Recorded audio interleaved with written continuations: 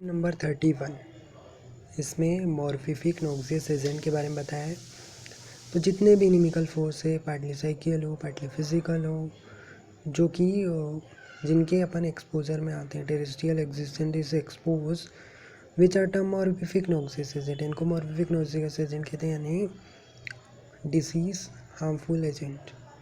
Do not possess the power of morbidly deranging the health of man unconditionally. ये कभी भी man की health को अनकंडीशनली डिरेंज नहीं कर सकते। कौन? मॉर्फिफिक नोक्सियस एजेंट यानी disease force. But we are made ill by. कब बीमार होते हैं इनके द्वारा हम?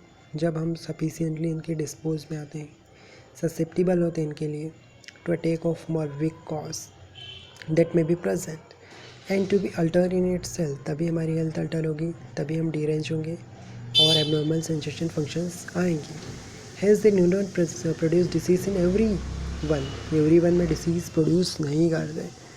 इसका फुटनोट क्या कहता है? व्हेन आई कॉल डिसीज़, जब भी एनिमल से डिसीज़ की बात करते हैं तो वो मेन्स स्टेट ऑफ हेल्थ के डिरेंजमेंट की बात करते हैं। I am far from wishing they are by to give hyper physical explanation of internal nature of disease generally. मतलब ये हाइपर फिजिकल एक्सप्लेनेशन से दूर ही रहते हैं।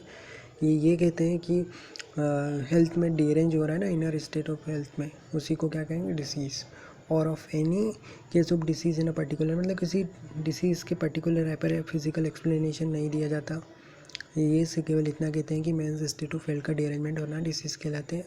It is only intended by the this expression to intimate what it can be prove disease are not and can not be that they are not mechanical और chemical alteration. ये कोई mechanical chemical alteration तो नहीं है, ठीक है।